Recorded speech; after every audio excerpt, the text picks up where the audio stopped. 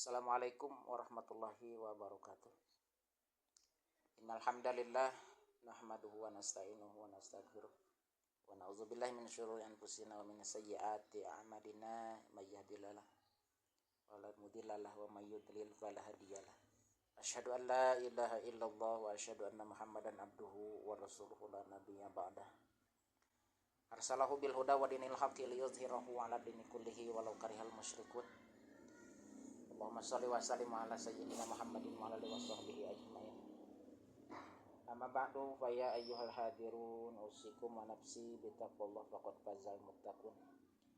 Qala Allah ta'ala fil Qur'anil azim wa huwa asdaqul qailin. A'udzubillahi minasyaitonir rajim. Ya ayyuhallazina amanu taqullaha haqqa tuqatih wa la tamutunna illa wa antum muslimun. Wa'lamu anna Allah ta'ala halal nikah wa nadaba ilaihi wa harrama sifah wa wa'ada bil azabil alimi alaihi wa qala ta'ala fi tahrimihi wa la taqrabuz zina innahu kana fahisyatan wa sa'a sabila wa qala fi ayatin ukhra wa min ayatihi an khalaqalakum min anfusikum azwajan litaskunu ilaiha wa ja'ala bainakum mawaddatan wa rahmah inna fi dzalika laayatin liqaumin yatafakkarun. Al-ayah.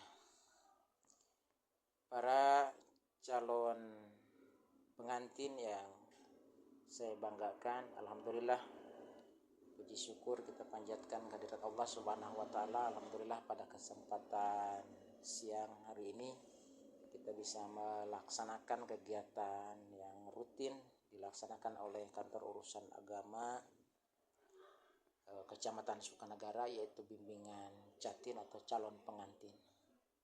Salawat dan salam semoga tercurah terlimpah kepada baginda alam Habibana wa Nabiyana Muhammad sallallahu alaihi wasallam, kepada para sahabatnya, pada tabi'in tabi'atnya, dan mudah-mudahan kita semua, terutama para calon pengantin yang ingin melaksanakan pernikahan, menempuh salah satu sunnah Rasulullah SAW, diakui umatnya dan kelak mendapatkan syafaat darinya. Amin ya Allah ya Rabbal Alamin. Para calon pengantin yang saya banggakan, mengapa kegiatan bimbingan ini menjadi penting ya bagi para calon pengantin? Karena kita ketahui bahwa menikah itu bukan perjalanan sehari atau 2 hari, sebulan atau 2 bulan ya. Justru pernikahan itu perjalanan atau ibadah yang sangat panjang ya. Sehingga sampai kakek nenek, bahkan sampai ajal memisahkan, itu sampai disitulah kita menikah ya. Makanya ibarat seorang yang ingin menempuh perjalanan yang sangat panjang dibutuhkan bekal ya, dibutuhkan bekal yang memadai, mencukupi dan cukupnya, seperti itu ya. Supaya tidak melebar terlalu jauh kemana-mana, pembahasan pernikahan ini akan saya batasi ya pada definisi pernikahan itu sendiri ya. Mungkin di antara kalian juga sudah ada yang mengetahui apa yang dimaksud dengan pernikahan seperti itu, atau punya sedikit gambaran tentang pernikahan ya. Tetapi kalau kita melihat pengertian pernikahan secara lebih detail ya, yang disampaikan oleh para ulama fikih, terutama yang pertama ini saya kutip salah satunya, an-nikahu lugatan, secara bahasa itu ad-dhammu berkumpul, wa jam'u mengumpulkan atau bergabung, wal wat'u hubungan suami dan istri atau berjima itu ya. Itu secara bahasa ya. Makanya ini harus dijelaskan, jangan sampai ada orang yang setiap sudah berkumpul, laki-laki perempuan yang tidak ada ikatan pernikahan, itu kemudian sudah disebut menikah ya. Ini salah besar sebetulnya memang ya. Kalau caranya seperti itu. Ini baru dalam penjelasan secara bahasa ya. Berkumpul laki-laki perempuan. Nah, seperti kita sekarang ini berkumpul ya. Nah, ini secara bahasa memang dikatakan menikah, tetapi secara syariat itu bukan itu. Yang dimaksud menikah itu wa fil istilah syar'i an-nikah wal aqdu. Nikah itu adalah akad ya. Nikah itu akad allazi syara'ahu Allahu li sihhatil istimta'i. Jadi nikah ya secara syariat itu adalah akad. Jadi poinnya adalah akad, menikah itu akad. Jadi sebelum akad kita ini sebetulnya belum menikah ya. Setelah akad nanti kalian melangsungkan akad pernikahan ya, sesuai dengan rukun akad pernikahan, ada calon suami, ada calon istri, ada wali, ada dua saksi, kemudian ada ijab qabul ya, disertai dengan mahar. Itu akad ya. Allazi syara'ahu Allah taala, yang disyariatkan ya, karena memang ada akad yang tidak disyariatkan oleh agama seperti nikah ya, tapi tidak sesuai dengan syariat agama seperti syariat seperti nikah mut'ah ya. Akad nikah mut'ah. Nikah mut'ah itu seperti apa? Ada batasan waktu. Misalkan saya menikah itu ya selama 1 bulan mungkin ya, atau selama 3 bulan, atau selama setahun. Nah, itu nikah mut'ah atau ini disebut nikah kontrak itu. Tidak boleh ya. Nikah itu harus mutlak bahasanya, tidak boleh ada qayyid gitu ya, atau dibatasi oleh batas-batas tertentu, batas waktu seperti halnya ya. Nah, itu tidak boleh. Lisihatil istimta'i, untuk kemudian setelah akad kalian diperbolehkan, disahkan al istimta'u, bergaul suami istri gitu ya, saling bermesraan, pegangan tangan. Kalau kemarin sebelum akad kalian pegangan tangan masih diharamkan ya, makanya seringkali sebelum akad itu suka diadakan atau suka dibaca istighfar terlebih dahulu ya, ada syahadat. Itu salah satunya untuk menistighfari atau memohon ampun kepada Allah atas dosa-dosa yang mungkin dilakukan sebelum akad pernikahan ya. Nah, setelah akad pernikahan konsekuensinya jadi sah, jadi halal ya, dan pahalanya besar seperti itu ya. Salah satunya pegangan tangan seorang suami kepada istrinya itu sudah dosa dari tangannya itu sudah berjatuhan. Nah, seperti itu.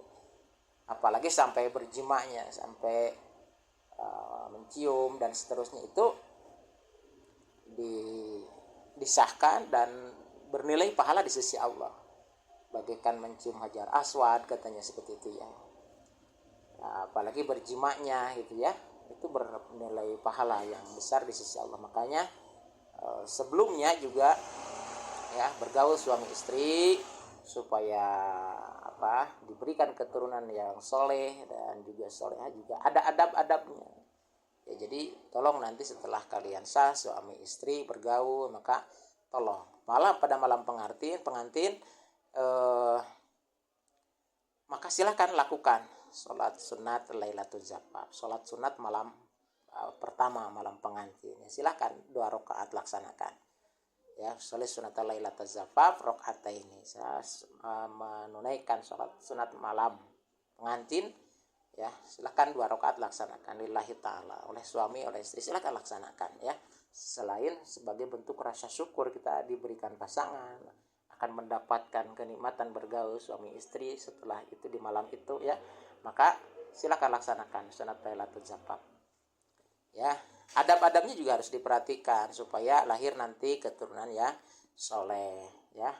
Minimal bismillah ya, minimal bismillah ya. Lebih istimewanya baca doanya sebelum bergaul. Allahumma jannibna asyaitana wa jannib asyaitana ma razaqtana. Silakan baca ya. Setelah menjelang akhir, alhamdulillahilladzi khalaqa minal ma'i basyara faja'alahu nasaban wa sihra gitu ya. Ya silakan dibaca. Kemudian baca juga doa Allahumma ij'al nutfatana dzurriyyatan thayyibah atau dzurriyyatan shalihah ya, dibaca. Jadi mohon ya Allah, menjadikan hasil pergaulan kami ini menjadi turunan yang soleh atau solihah. Silakan dibaca. Nah, jadi ada adab-adabnya untuk melahirkan keturunan yang soleh. Jadi jangan kemudian serta-merta begitu saja bergaul tanpa adab gitu ya. Jangan.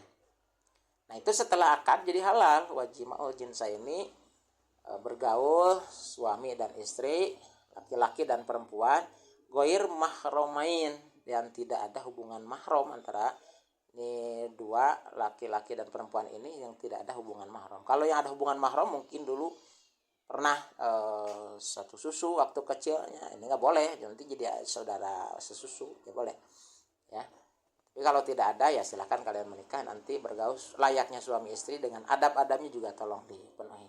Wakana nikah itu juga sunnatun wa karena nikah sunnatan min sunanir rasul. Nikah itu juga salah satu sunnahnya Rasulullah, bahkan sunnahnya para nabi.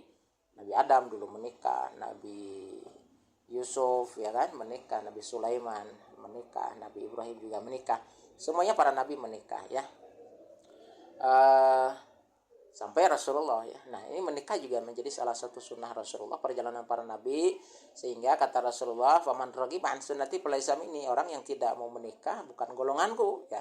Makanya berbahagialah orang yang mau menikah, karena ini salah satu cara kita diakui sebagai umatnya Rasulullah ya. Hanya saja kalau dilihat secara hukumnya, menikah itu bisa juga yang wajib, bisa juga yang sunnah, ya mubah, kemudian bisa yang makruh, bahkan ada juga yang haram. Yang wajib misalkan saya gambarkan seperti ini, kemampuan sudah ada ya kan, baik mampu secara seksual, secara finansial, mampu secara intelektual, mampu secara mental ya, itu mampu ya. Kemudian kalau tidak melangsungkan akad pernikahan atau tidak menikah, ini dikhawatirkan bisa terjerumus kepada perzinahan, nauzubillah ya.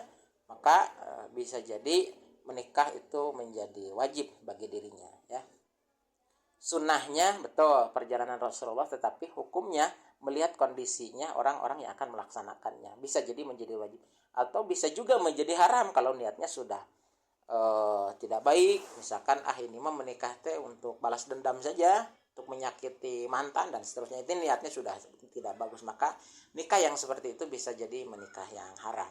Wa wajhu ta'awun ya, menikah itu ingat juga di dalamnya ada wajhu ta'awun, saling menolong ya. Ada pekerjaan nanti yang tidak bisa dilakukan oleh suami ya kan. Bayangkan suami bisa melahirkan atau tidak, suami bisa nggak mengemong anak, menyusui anak, itu kan tugasnya istri. Makanya ada tugas yang tidak bisa dilakukan oleh suami dilakukan oleh istri, begitupun juga ada tugas yang tidak bisa dilakukan oleh istri dilakukan oleh suami. Makanya saling melengkapi, saling menutupi ya, saling menolong. Ada wajhu ta'awun dalam rumah tangga itu, dalam perkawinan itu. Bainal afrod, terutama di sini ada dua orang yang laki-laki perempuan yang menikah ya. Lebih dari itu ya, saling menolong antara keluarga ya, keluarga besan, keluarga laki-laki dan keluarga perempuan bisa juga saling menolong ya dari pernikahan ini ya. Biasa kan suka ada laki-laki membantu ke biaya pernikahan kepada istri ya kan. Nah, di situ juga sudah terlihat ini sudah saling menolong.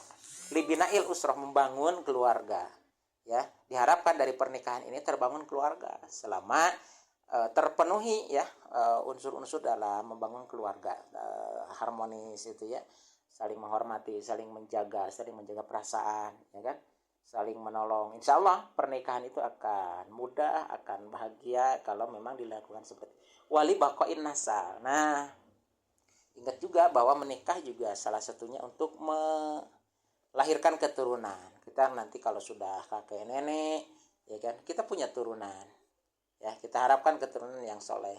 Yang soleh itu yang seperti apa ya?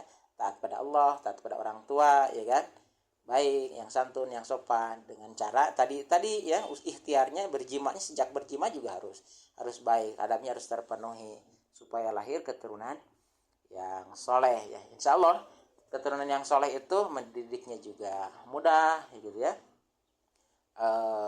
Setelah kita sudah tidak mampu akan menolong kita, setelah kita meninggal akan mendoakan kita dan seterusnya, itu keturunan yang soleh. Nah, dari pernikahan itu ya, jadi ada sisi kerjasama, ya kan, untuk membangun keluarga dan juga melahirkan keturunan yang soleh dan soleha. Demikian saya kira yang bisa disampaikan dalam bimbingan Catin kesempatan hari ini. Mudah-mudahan bermanfaat ya. Saya sampaikan selamat kepada calon pengantin yang sebentar lagi mungkin akan sah kalian menjadi suami istri. Selamat menempuh hidup baru ya. Semoga samawah sakinah mawadah warahmah. Demikian yang bisa saya sampaikan. Mohon maaf atas segala kekurangan. Walaupun minkum musikum nafsi bitaqwallah. Assalamualaikum warahmatullahi wabarakatuh.